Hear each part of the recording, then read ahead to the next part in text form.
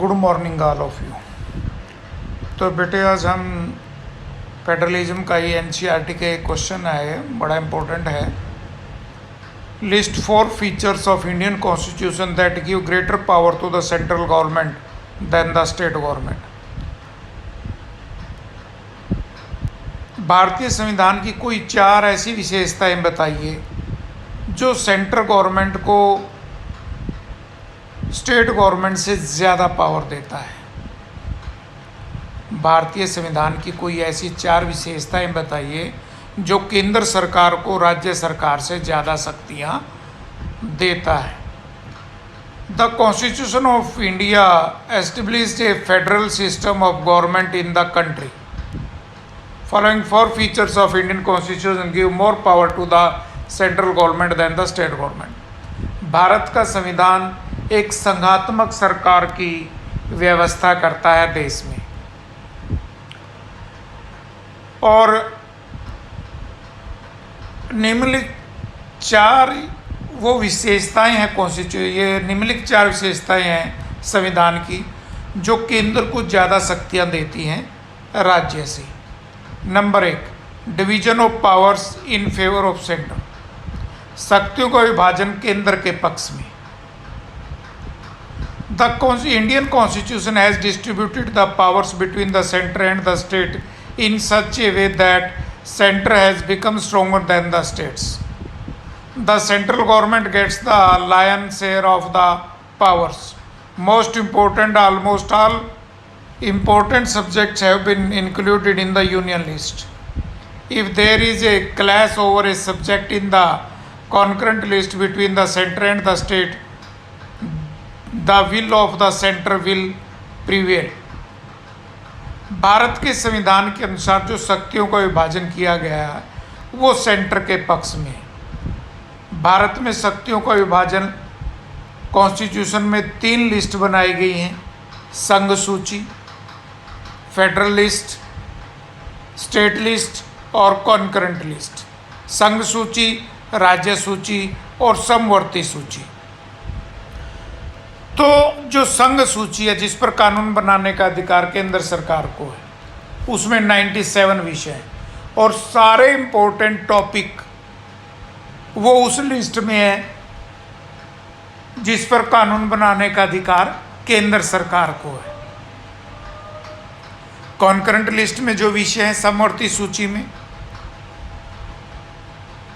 उन पर भी अगर दोनों सरकारों में कोई क्लैश होता है सेंट्रल गवर्नमेंट और स्टेट गवर्नमेंट में, तो कानून को किस कानून को मान्यता मिलती है?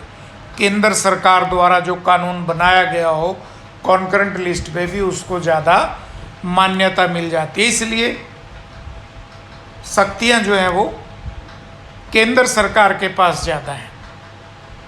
दूसरा, encroachment over the state list by union government.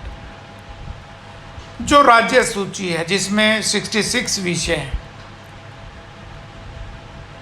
उसके टॉपिक पर भी कई बार केंद्र सरकार को कानून बनाने का अधिकार मिल जाता है। There are so many provisions in the constitution with the help of which the centre can interfere with the powers of the state and can exercise these powers.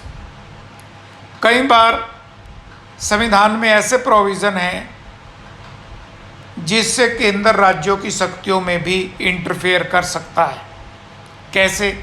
Rajya Sabha can transfer state subject in favour of the centre in the name of national interest. Rajya Sabha राज्य सूची के किसी विषय को राष्ट्रहित का बताकर centre के पास भेज सकती है। राज्य सूची का विषय भी जो है वो राज्यसभा केंद्र सरकार के पास भेज देती है नेशनल इंटरेस्ट बोलकर। It is to pass such resolution by 1/3 majority. और ये रेजोल्यूशन 1/3 बहुमत से पास हुआ होना चाहिए।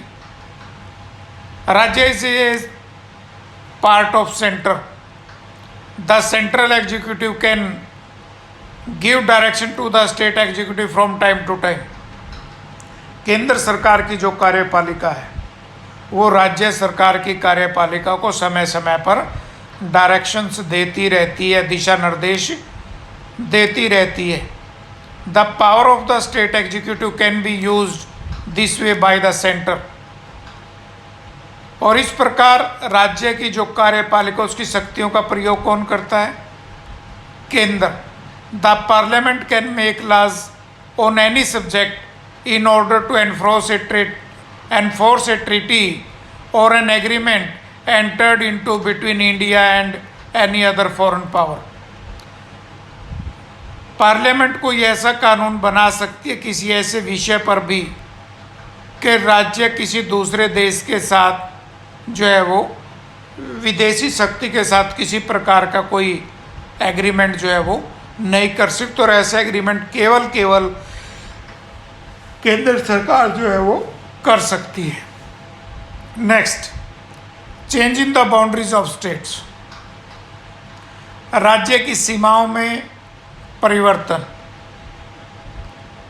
The constitution of India empower the parliament to change the boundary of the exciting states और क्रिएट न्यू स्टेट्स और change the name of the states on the recommendations of the president. भारतीय संविधान parliament को ये power देता है कि वो किसी भी राज्य की सीमाओं में परिवर्तन कर सकता है, एक राज्य के 2 राज्य भी बना सकता है, राज्य का नाम भी बदल सकता है, और ये राष्ट्रपति की मंजूरी के बाद कर सकता है। Unitary government in time of emergency. During emergency the federal government can be change into A unitary government. जब देश में आपातकाल लाया जाता है तो उस समय सरकार एकात्मक हो जाती है, सारी शक्तियां जो है वो केंद्र सरकार के पास चली जाती हैं। It is the president of India who proclaims emergency in the state and such an emergency order is to be approved by the parliament। कई बार राष्ट्रपति जो है वो किसी राज्य में जब आपातकाल लगाता है तो राज्य की सारी शक्तियाँ किसके पास चली जाती हैं? पार्लियामेंट के पास, केंद्र के पास। The state are not consulted in this case, और उस विषय में राज्य से कोई विचार विमर्श नहीं किया जाता। When an emergency is declared because of external aggression, जब आपातकाल किसी विदेशी आक्रमण के बेस पर लगाया जाता है, वार हो, आर्म्ड रेबेलियन हो और किसी प्रकार का कोई डर है, तभी जो है वो इमरजेंसी लगाई जा सकती है। The form of emergency government will change from the federal to unitary, which implies that the center will be empowered to exercise the legislative and executive power of the state। और ऐसे समय में जब आपातकाल लगाया जाता है कहीं किसी विदेश में, तो ऐसे समय में सारी शक्तियां जो है वो राज्य की भी वो केंद्र सरकार के पास चली जाती हैं। इसलिए भारतीय संविधान के द्वारा केंद्र को ज़्यादा शक्तिशाली बनाया गया, केंद्र सरकार को ज़्यादा पावरफुल बनाया गया है बजाय कि राज्य सरकार की। तो बेटा आज बस यही क्वेश्चन करेंगे, ठीक है। Thank you.